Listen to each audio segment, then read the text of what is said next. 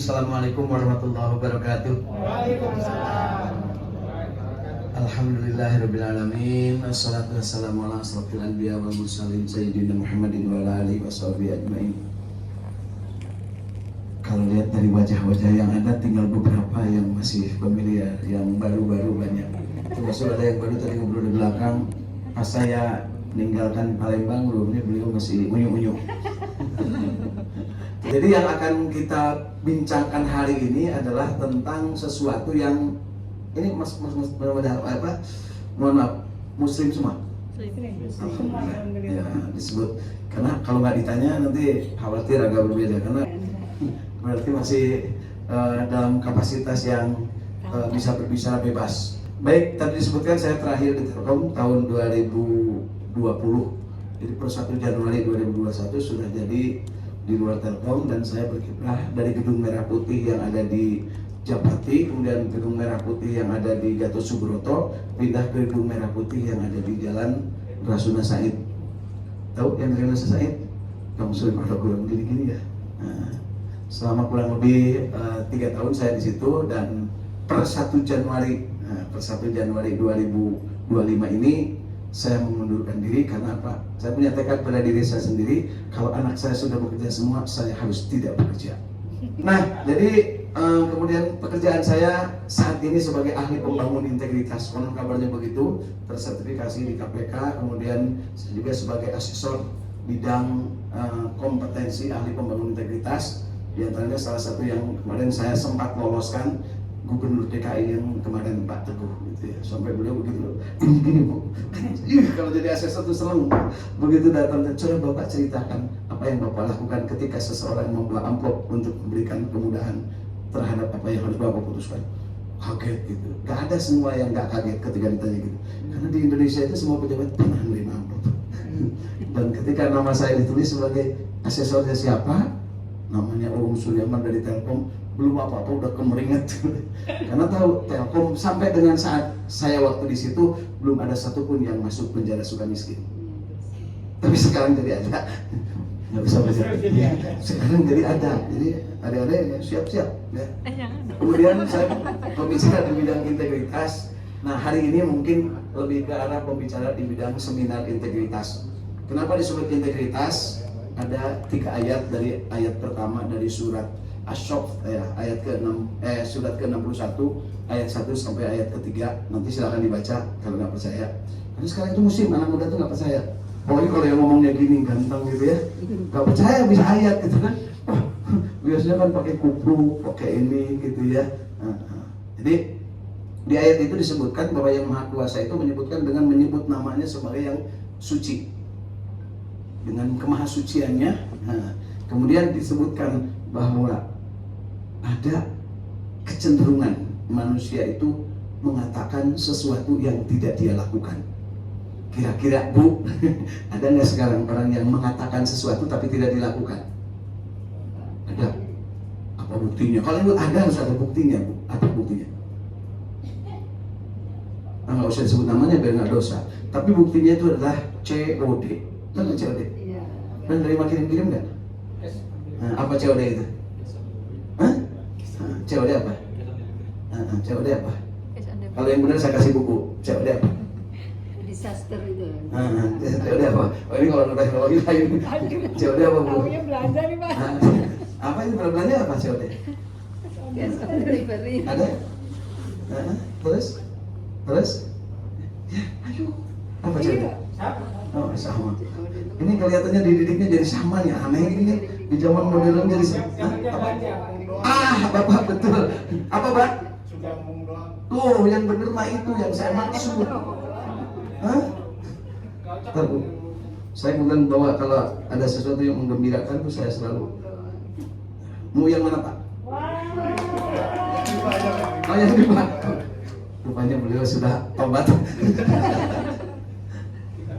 Jadi COD itu cuma ngomong doang.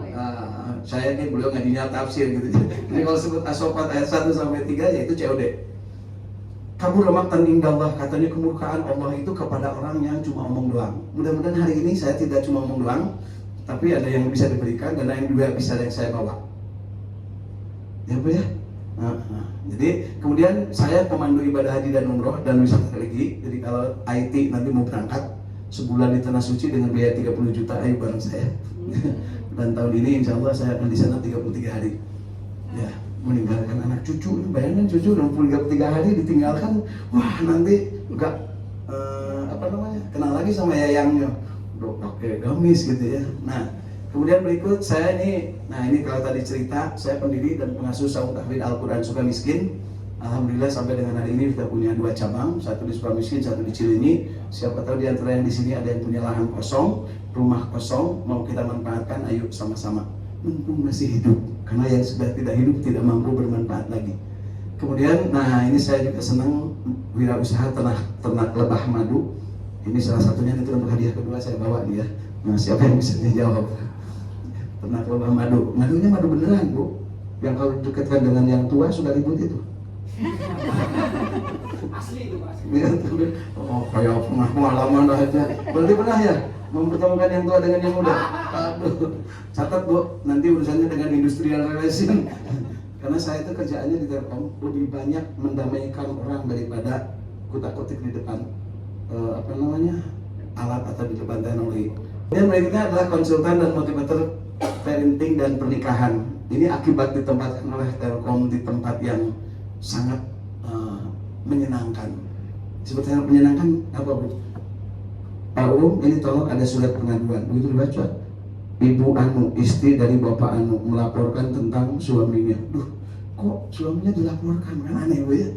Dan ternyata ada. Demikian juga suami yang melaporkan istrinya dibawa oleh atasannya. Wah, ada nggak?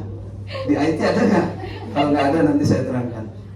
Kerjaan saat ini dengan sertifikasi CEO itu tadi Certified Integrity Officer, kemudian asesor, dan CIRP ini Industrial Relation, jadi sertifikasi juga Industrial Relation yang sifatnya bisa dipakai oleh bukan hanya di Telkom tapi juga di luar. Dan saya beberapa kali diminta oleh timnya kawan-kawan di Pertamina, kemudian juga di BRI beberapa kali untuk sekedar ngobrol. Baik, itu tentang diri saya, dan ini istri saya cuma satu ya. Yang hari ini berdasarkan order atau request yang masuk bahwa ada keinginan. Kalau sudah ada keinginan berarti harus ada solusi, harus ada sesuatu yang menjadi menjadi pembagian dari sharingnya.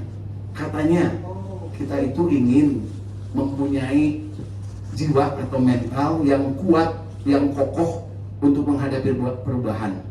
Dan itu di ayat keempatnya dari surat As-Saff itu, ayat keempatnya ditegaskan bahwa ternyata pedomannya sangat clear, bahwa kalau seandainya ingin berjihad maka siapkan segala sesuatunya, dan Allah sangat menginginkan sopnya itu yang lurus, rapat, kompak. Sekarang harus ada trip di Magelang, kan gitu ya, retreat di Magelang.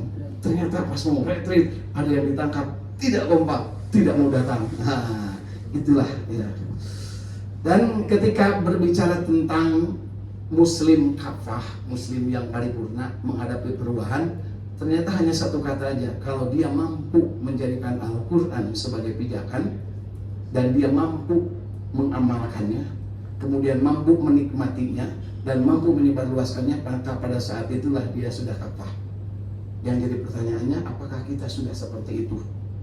Saya yakin sudah ya, biar nggak susah. Kita sudah membaca Al-Quran. Ada yang nggak bisa baca Al-Quran di sini? Saya dosa kalau ada yang di sini ada yang belum bisa baca Al-Quran. Ya. Tapi dosa saya akan saya share ke ibu, Bu, ayo ngadain kursus baca Al-Quran di ruangan gitu ya. Saya di Telkom itu, sejak masuk di Telkom tahun 2009 di Palembang ya, yang saya lakukan pertama kali adalah mengajak orang Palembang baca Quran. Yang saya ingat itu Nasir Cidung. Mana orang Palembang tadi? Imam. Nah, Imam, siapa kali dari Palembang sekarang yang terkenal? Bilang aja nggak tahu itulah, biar nggak susah ya. Ada saya Nawawi Benci, kan gitu. Saya datangin semua. Tapi datangnya saya tidak atas nama pribadi, tapi atas nama perusahaan. Bapak, mari silahkan ngaji di Telkom. Kaget seantero Telkom Palembang waktu itu. Nah, hari ini saya tidak sebut ngaji, saya sebutnya adalah rihlah insaniyah. Rihlah itu melakukan perjalanan, insan itu diri kita. Lakukan halaknal insan fi ahsani takwim. Nah, orang yang takwim itu harus diisi. Nah, dan ketika diisinya sendiri oleh Allah sudah disediakan, tetapi kita sendiri yang mampu untuk make atau tidaknya.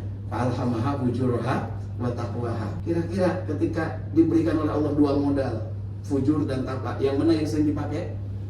Dia sadar fujur apa takwa? Apal nggak ayat itu? Kalau nggak hafal harusnya nanti Telkom itu dia kan masuk Telkom disyaratkan hafal surat Al-Fajr. Itu kan insya Allah banyak yang nggak terima. Ya, dan sekali saya dijadikan tim rekrut sejak tahun 9 berapa gitu, jadi tim rekrut di Telkom. Saya selalu tanya, bisa baca Quran nggak? Kalau nggak bisa saya coret langsung kalau yang muslim. Karena apa? Itu COD yang paling tinggi itu ketika muslim tidak bisa baca Quran. COD cuma omong doang. Jadi kalau muslim tidak bisa baca Quran itu cuma omong doang. Makanya saya juga sempat bikin program di kantor yang namanya pemberantasan buta huruf Al-Quran bagi muslim. Baik, jadi harus mencoba untuk menghadapi perubahan, dan ternyata perubahan itu abadi, pasti akan terjadi. Dan ketika sesuatu yang pasti, banyak sekarang yang nggak siap.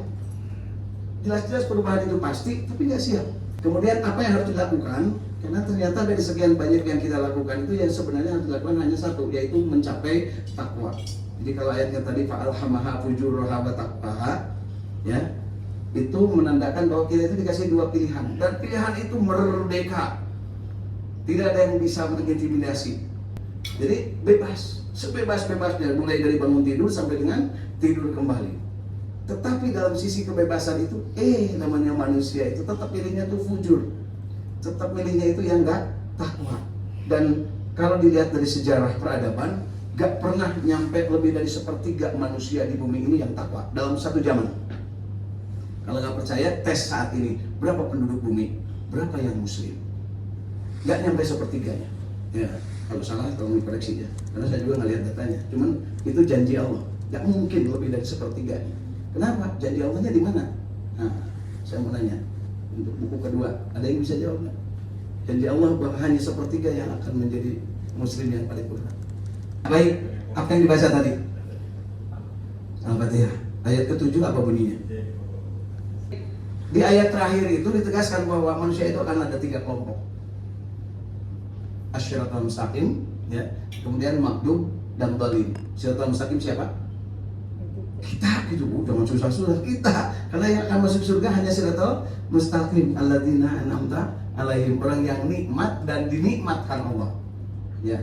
Bukan berarti nikmat dalam artian segala sesuatu dapat, enggak. Nikmat dan dinikmatkan. Sengsara pun membawa nikmat, itu kata Hamka. Ya. Gitu. Nah, yang kedua adalah maghdub. Siapa maghdub? Sebut aja Yahudi. Nah, kemudian siapa dolin? Sebut Nasrani. Kira-kira muslim dengan Yahudi dengan Nasrani sekarang banyakan mana? Yahudi Nasrani. Banyakan Yahudi Nasrani di Gumul. Yang dari pertanyaan berikutnya, muslim. Nah, muslim yang bisa bacaan surat Al-Fatihah seperti yang beliau bacakan berapa orang? Semuanya? Yakin? Oke, artinya apa? Kita harus bertanya pada diri kita bahwa tentang bagaimana positioning kita. Karena kita akan melakukan perubahan, harus tahu posisinya di mana. Posisi pertama, starting point-nya seperti apa? Kita nanti akan punya finishnya di mana. Kita harus tahu supaya kita bisa melangkah. Tanpa itu, OS bubarin aja, nggak usah. Ya. Karena apa? Ya, kita tahu dia posisinya di mana. Makanya saya tadi tantang, berani nggak jadi targetnya jadi direktur, kan gitu ya. Sebelum 40 tahun jadi direktur, tanpa harus menjadi karyawan Telkom, bisa? Bisa. Itulah Pak Satrio Sudaryanto. Tanpa harus menjadi karyawan, dia bisa menjadi direktur. Tadi lupa, Dek. Mau yang kiri apa yang putih apa yang? Hah? Yang putih aja. Salah satu cara yang paling gampang ketika kita mendapatkan sesuatu dan mendapat amanah, segera amanah itu dibagikan kepada orang lain. Dan itulah Rasulullah SAW. Hebat nggak? Ketika diminta untuk memindahkan yang namanya batu Hajar Aswad, kata yang lain, yang akan bisa memindahkan batu Hajar Aswad adalah nanti yang kita intip, siapa yang pada malam nanti akan masuk ke pelataran Baitullah. Semua diem, wah ngintip, padahal itu lagi pada sehat, lagi seperti sekarang nih pada partai, pada ketum-ketum nih pada ramai gitu ya, ngintip. siapa nih yang harus di kursi ini, siapa yang menteri koperasi, siapa yang menteri kominfo dan sebagainya kan, diintip semua. Pada saat itu semua ngintip siapa yang harus naruh Hajar Aswad ke tempatnya semula pada saat renovasi Ka'bah. Apa yang terjadi? Ternyata yang datang ke situ adalah Muhammad sebelum jadi Rasul. Ya, maka nah ini dia orangnya. Disuruh mindahkan batu. Ini cerita tentang buku tadi ya, kalau amanah itu. Bagaimana Rasulullah waktu itu belum jadi Nabi. Beliau dengan penuh pertimbangan dia buka sorbannya, kemudian dia gelar, aku pindahkan ya ke atas serban ini dan mari semuanya pegang, yuk kita naikkan, pindahkan ke atas, disimpanlah Hajar Aswad itu di tempat itu. Ada nggak yang kita di dalam hati ini? Nah, kalau nggak ada ya ibulah orangnya, bapaknya orangnya, yang ketika ada permasalahan jangan pegang sendiri karena nggak mungkin. Nah, pada saat itu maka posisi kita harus tahu di mana starting point kita dan kita akan kemana. Ketika menjadi seorang pelopor perubahan atau pemegang amanah menjadikan suatu berubah, maka pastikan kita ini berada di tempat yang mana. Di bidang organisasi, di sendirian, di masyarakat sama. Pastikan ketika ada permasalahan di mana posisi kita. Sudah di tengah atau masih di ujung atau sudah hampir sampai. Ketika itu terjadi maka diberikan pedomannya. Meraih. Kenapa disebut takwa? Karena puncak kualitas kemanusiaan adalah takwa. Kita mau saum sebentar lagi ya. Puncak kualitas seorang yang saum ada apa? Takwa. Ya ayyuhalladzina amanu kutiba alaikumusiyam kama kutiba alal ladzina min qablikum la'allakum tattaqun. Dan kualitas manusia terbaik, manusia termulia adalah orang yang bertakwa. Inna akramakum indallahi atqakum. Kita saat ini bertakwa atau enggak? Kan itu yang jadi pertanyaan. Saya nggak nanya kepada yang tua, kepada yang muda aja. Apakah kita sudah bertakwa? Sudah. Apa sudah? Apalagi apa kan pasti ya. Cuman biasanya merendahkan diri. Waduh, saya mohon maaf, saya tidak tahu. Gitu. Padahal benar tidak tahu. Sekarang lagi musim kan gitu ya.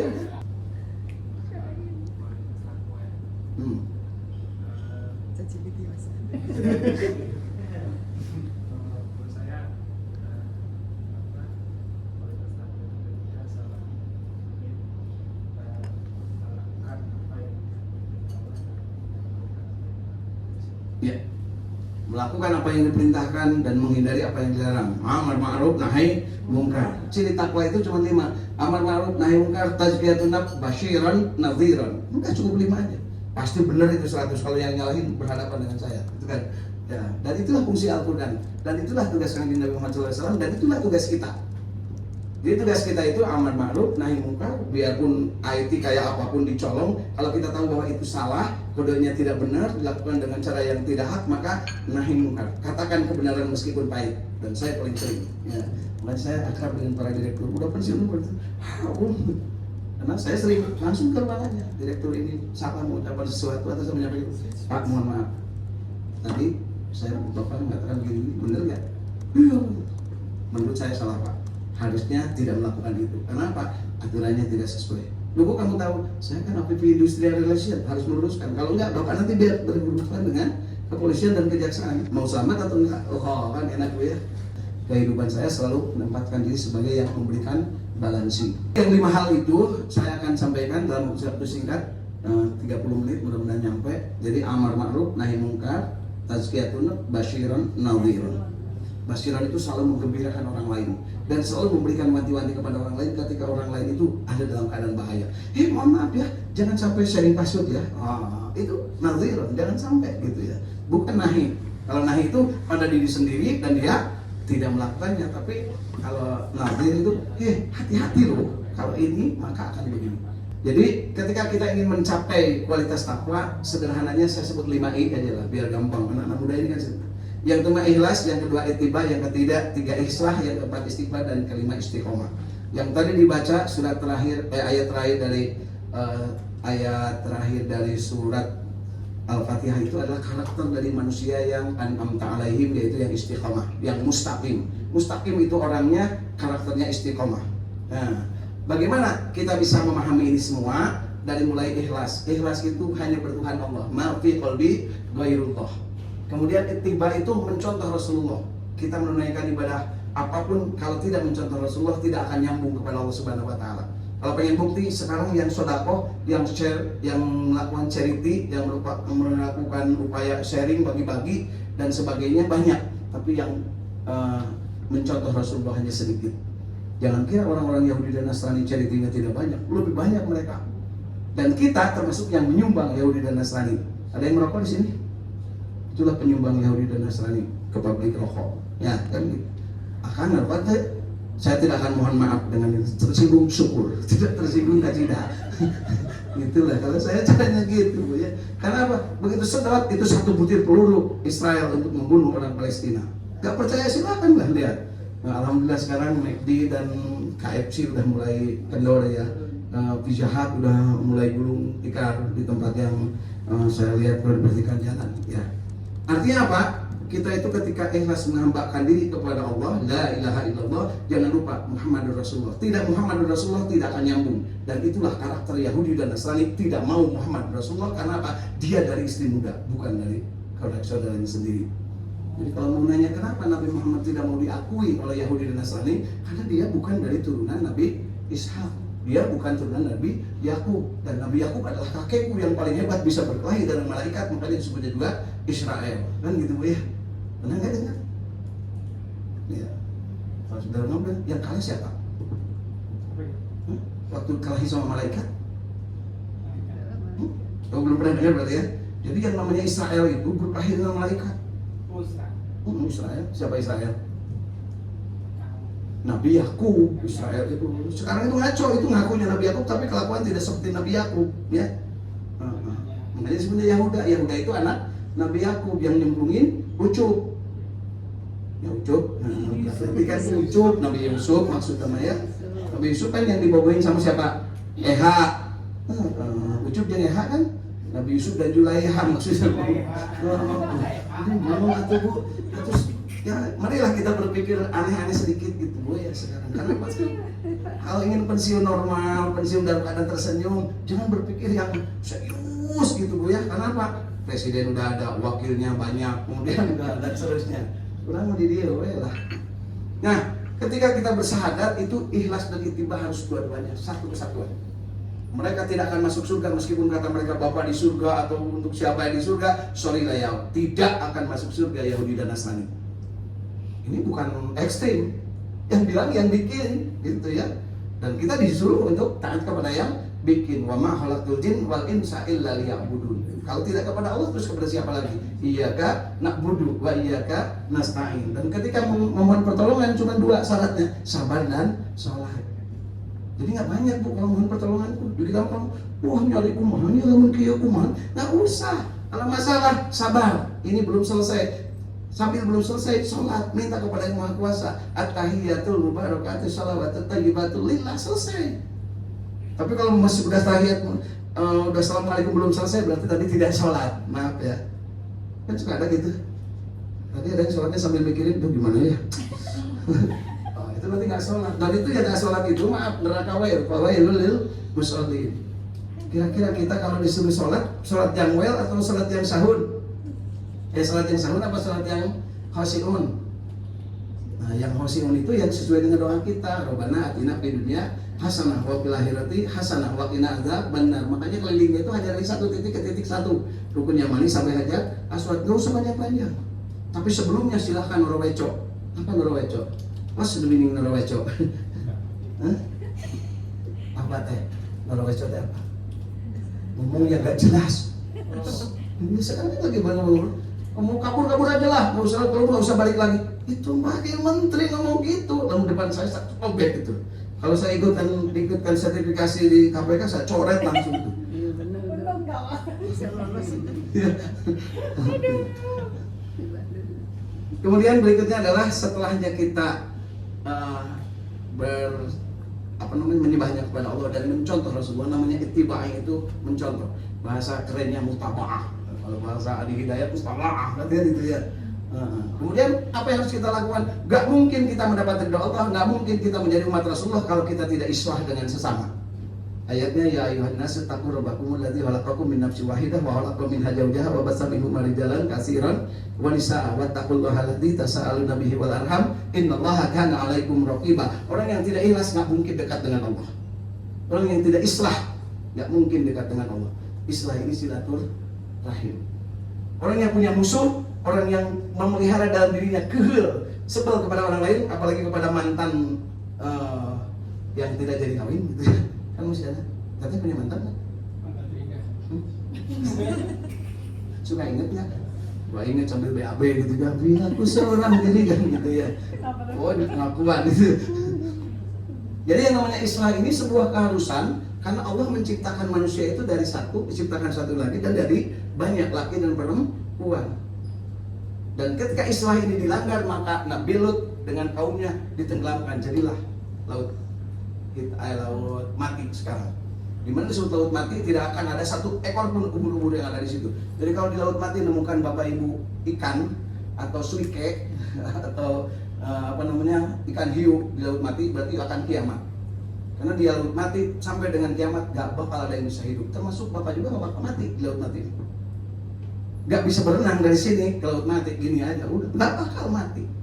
Ya, maksudnya gak bakal tenggelam. Ya, ngambang. Ya, ada yang sudah pernah ke sana? Ya, kalau udah pernah ke sana, ajak yang lain, ceritakan bahwa ke sana itu enak gitu ya. Wah mas, kemudian di sana, masya Allah, yang berbalut pakai lumpur-lumpur itu kan banyak bu ya. Itu orang tuh dari sini pakai baju, pakai bahasa, begitu nyampe situ, lempar bajunya, ngambil lumpur. Saya mesti istighfarnya berapa kali tuh pak di situ? Berlihat di situ, astagfirullahaladzim, lebih dari di Pangandaran. Nah, Ancol tuh nggak ada apa-apanya bu di sana. Ya. Maksudnya apa Pak Ya lihat aja ke sana. Nah, makanya banyak-banyaklah istighfar ketika kita dalam berinteraksi dengan manusia. Enggak mungkin enggak akan ada yang berbuat baik, akan ada yang berbuat jahat, akan ada yang memuji, akan ada yang mencaci, akan ada yang membuli. Jadi kalau sekarang Bapak Presiden itu senang dipuji, maka suatu saat saya menginginkan beliau senang juga dicaci. Tapi belum apa-apa kan. Antek-anteknya nih, jongos-jongosnya nih yang banyak bikin pusing itu. Ya. Beliau ini sendiri nggak tahu, nggak komentar ya. Kemudian kita harus banyak istighfar. Dengan istighfar itulah maka kita berharap segala yang kesalahan dalam ikhlas, kesalahan dalam ittiba, kesalahan dalam islah akan tersucikan. Ya, baru. Nah, beristighfarlah. Dan ketika kita beristighfar ada susah, minta pertolongan. Gimana ya Allah cara beristighfar? Kata Allah gampang, saumlah kalian.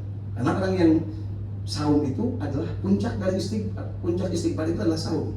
Man shoma Ramadan imanan wa ihtisaban ghufira lahu ma taqaddama min dambi. Bersih semua dosanya dengan saum. Berarti dia puncak istighfar. Pertolongan Allah akan sampai. Nah. Ya. Kemudian terakhir, nah ini istiqomah. Bagaimana yang namanya istiqomah ini? Istiqomah itu begitu sekali mengikrarkan, begitu sekali mengatakan, pertahankan meskipun harus nyawa berkalang tanah. Inilah kombinasi dari ikhlas, ittiba, islah dan istighfar. Terus-terusan dilakukan secara kontinu, itulah istiqomah. Lanjut. Nah, dan ketika kita ngomong ikhlas, ini yang perkataan paling banyak selama saya di Telkom, paling banyak. Kerja ikhlas. Begitu beliau Allahu Akbar, saya keluar. Ini ada 2 direktur paling tidak ya yang menegur saya. Karena di saat seperti ini kan briefing lah gitu ya. Dia bilang jangan sampai ada yang keluar satu orang pun ketika bapak ini sedang berbicara. Ada 2 orang. Dan kalau sekarang ketemu, makasih lah katanya gitu ya. Makasihnya telat, pahitnya dulu, saya dinaikkan dulu gitu ya. Banyak orang yang telat berterima kasih sekarang. Jadi Mak Said, kalau seandainya nanti pada saatnya setelah 5 tahun ada yang sudah jadi manajer dan saya belum, jangan marah kepada yang tidak menaikkan. Itulah cara Allah mengasihi kita ya. Gitu. Jadi ketika kita ngomong ikhlas dari sejak awal, kerja ikhlas kan ya. Sementara pas disebutkan ayyamus shalah masih ceramah, masih briefing, masih retreat kan gitu ya. Ayat al sampai Allahu Akbar, la ilaha illallah, saya keluar sama satpam ditegur. Tadi nggak boleh katanya. Nggak boleh. Ya, nggak apa-apa. Saya kebelet. Kebeletnya apa? Ya, pengen hayya alal falah. kebelet pengen al-falah, bukan kebelet pipis. Beda nggak? Ada nggak anak muda yang suka kebelet al-falah? Yang belum nikah berapa orang? Angkat tangan. 1, 2, 3, 4, 5. Butuh yang kayak apa? Lapor saya.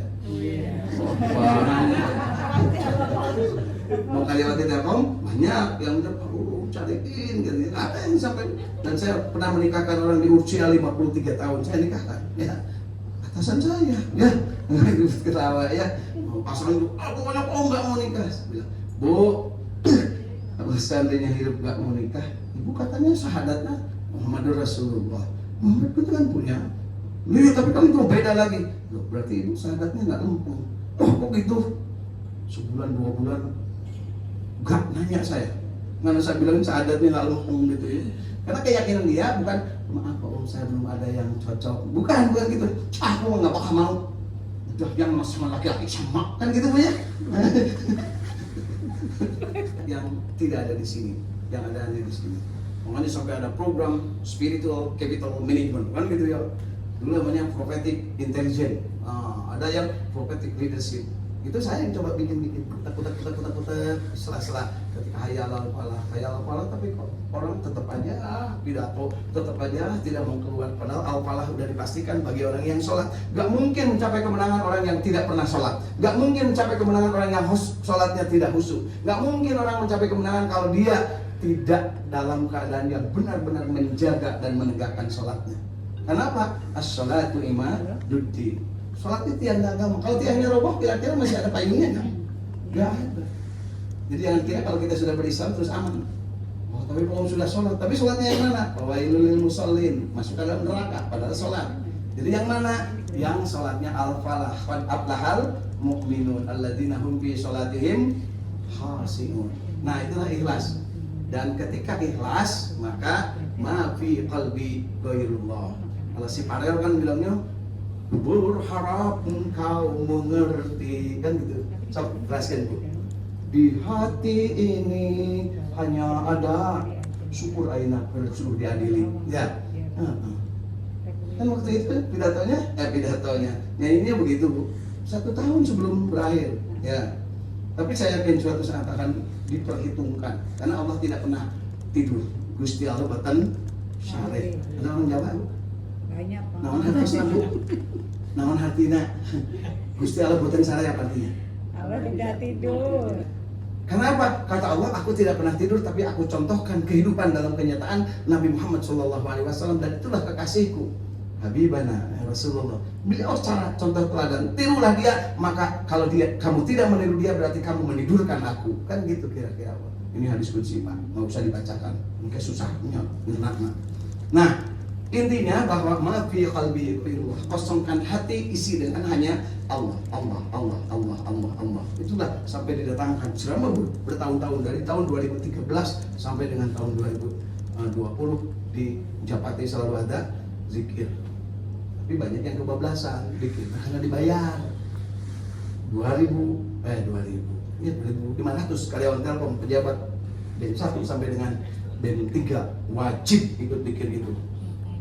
Kan saya yang bikin daftar namanya, yang hari ini, yang tahun ini, yang bulan ini, ada yang di hotel, ada yang di mana, biayanya mahal. Yang sukses ada Ginanjar. Dia kan jadi pembicara kan gitu ya. 2,5 juta Bu satu orang itu dibayarnya. Ada di Hyatt Hotel, ada yang mewek-mewek. Saya main atau mewek-mewek. Kembalikan tuh duit kwitansi dengan manipulasi, SPG dengan manipulasi. Wah, mewek. Alhamdulillah ya, orangnya kalau ketemu saya, makasih ya. Saya sekarang kalau ketemu gitu ya, udah pensiun. Ya, nggak apa-apa Pak. Untung Bapak masih hidup, masih sama tobat. Alhamdulillah kalau dengan beliau tuh sering ketemunya di tempat orang yang ada yang meninggal dunia. Jadi beliau selalu minta nasihat ke saya, gimana saya supaya lebih sensitif Pak Gampang Pak, tiap ada yang meninggal datangi. Maksudnya kalau perlu sampai ke pemakaman. Tapi kan sibuk, itulah penyakit Bapak. Sesibuk apapun kalau sudah dimasukkan ke pemakaman, apakah Bapak akan ngomong sibuk? Kan enggak. Akhirnya sering ketemu di tempat pemakaman. Aduh Pak saya ini terima kasih. Bapak, saya bilang saya itu mau ngasih Bapak 2 gunung sekaligus kepada orang yang beramal hanya dengan sholat. tidak pakai ruku sujud sholatnya, deh, sholat apa namanya? Orang sholat jenazah, sholat tanpa ruku tanpa sujud, dia akan mendapat 1 gunung Uhud, 1 qirat namanya. Makanya kalau ada yang meninggal segera datang untuk ikut sholatkan. Dia mau datangnya dari pagi, terus di pojok ngomongkan itu sampai direktur kacarekan KBH ya. Terus setelah itu terus nganter ke pemakaman. Nganter gak usah sampai memasukkan ke pemakaman. Syukur-syukur gak bisa masukkan. Saya alhamdulillah dari karyawan Telkom mungkin udah berapa yang saya sempat masukkan ke pemakamannya. Dan alhamdulillah yang tadinya baung yang paling gak ada yang baung. Oh enggak, tetap aja begitu dimasukin ke liang lahat, Mas Said gak berkutik apa-apa, diem. Nah artinya apa? Ketika kita menjadikan ikhlas sebagai basis dari kita, maka lakukan yang terbaik. Karena apa? Tanpa ikhlas semuanya tidak akan ada artinya. Hanya ikhlas kemudian kita akan mencapai N. Ini jam aja ya. Yang tadi yang kedua itu ittiba mengikuti Rasul, namanya sunnah. Kemudian yang ketiganya islah, itu bersilaturahim. Yang keempatnya beristighfar, artinya mengakui segala sesuatu bahwa pasti akan dosa. Dan terakhir kita harus selalu, sesungguhnya orang-orang yang berkata Tuhan kami adalah Allah, maksudnya sudah ikhlas. Kemudian mereka istiqamah. Istiqomah itu mengikuti tadi tahapannya, mencontoh Rasulullah, bersilaturahim dengan sesama, kemudian dia selalu bertobat di saat dia dalam keadaan berbuat kesalahan, maka dia akan punya kualitas yang luar biasa. Tidak ada rasa khawatir dalam diri mereka dan tidak pula mereka bersedih hati. La haufun wala hum. Ya, dan tidak akan ada kekhawatiran. Pasti akan ada ketenangan. Dan untuk bisa mendapatkan kesempatan untuk tidak ada kekhawatiran dan ketenangan, maka lakukanlah tolong menolong. Ta'awan 'alal birri wat taqwa wa la ta'awan 'alal ismi wal 'udwan. Yang ada di sini sebenarnya saling tolong menolong. Kalau beliau selaku yang mungkin saat ini sudah berada di posisi senior manager ataupun manajer dengan yang baru datang, kalau yang baru datang itu tidak menolong, dia tetap menjadi bermanfaat. Demikian juga yang ada yang baru masuk, kalau tidak ditolong dengan berbagai kemampuan maka tidak akan ada manfaat. Jadi keutuhannya itulah yang harus dijadikan standar atau basis kerjaan kita, kebajikan dan takwa. Dan pada saat itulah bentuknya bisa individual, bisa di masyarakat, bisa dalam berorganisasi, bisa dalam bentuk lingkungan yang lebih besar, bangsa dan negara. Yang jadi permasalahannya, yang tahu tentang ikhlas, ittiba, islah, istighfar dan istiqomah itu hanya sedikit. Dan itu dipastikan qalilan ma tashkurun, hanya akan sedikit, gak bakal banyak. Mohon maaf kalau yang di sini mudah-mudahan 21 orang ini nyampe semua, yang 5 ini ingat, melekat dan kemudian terpancarkan keluar ruangan ini. Tapi jangan khawatir, kalaupun hanya 1 orang yang di sini yang bisa menangkap dengan utuh, maka yang 1 orang ini akan mendeliver kepada yang lain, dan itulah yang namanya hidayah.